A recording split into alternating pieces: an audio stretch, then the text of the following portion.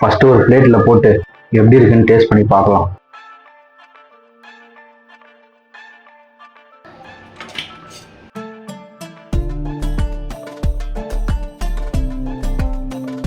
Bachelor style chicken biryani செய்யலாமா? எண்ணெய் ஊற்றிட்டு அதுக்கப்புறம் பட்டை, கிராம்பு, ஏலக்காய்லாம் போட்டு இவனை இறங்கினா நல்லா வாசமா இருக்கும். இப்போ வந்து வெங்காயத்தை போடுறோம். கேமராமேன் சரியில்லை, வேற கேமராமேன தான் வைக்கணும் போல. 2 ஸ்பூன் ஜிஞ்சர் கார்லிக் பேஸ்ட் போட்டுக்கலாம்.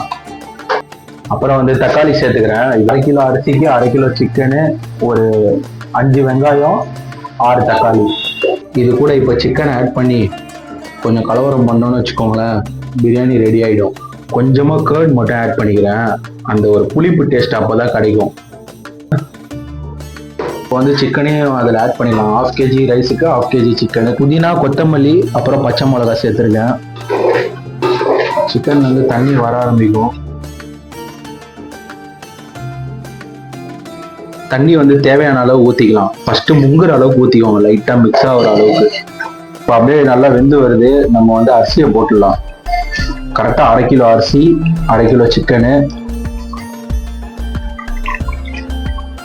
2 மசாலா தான் ஆட் பண்ணியிருக்கேன். ஒன்று வந்து சில்லி பவுட்ரு, அதுக்கப்புறம் வந்து பிரியாணி மசாலா கொஞ்சோண்டு. லைட்டாக அந்த அரிசியை அப்படியே கிளறி விட்டுக்கலாம்.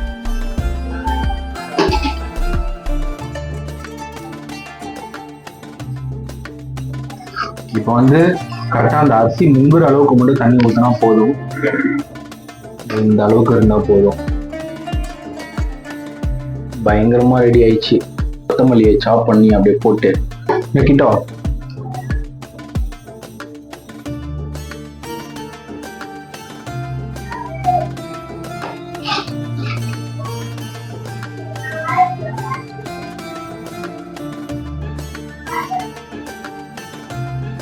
அவ்வளோதான்.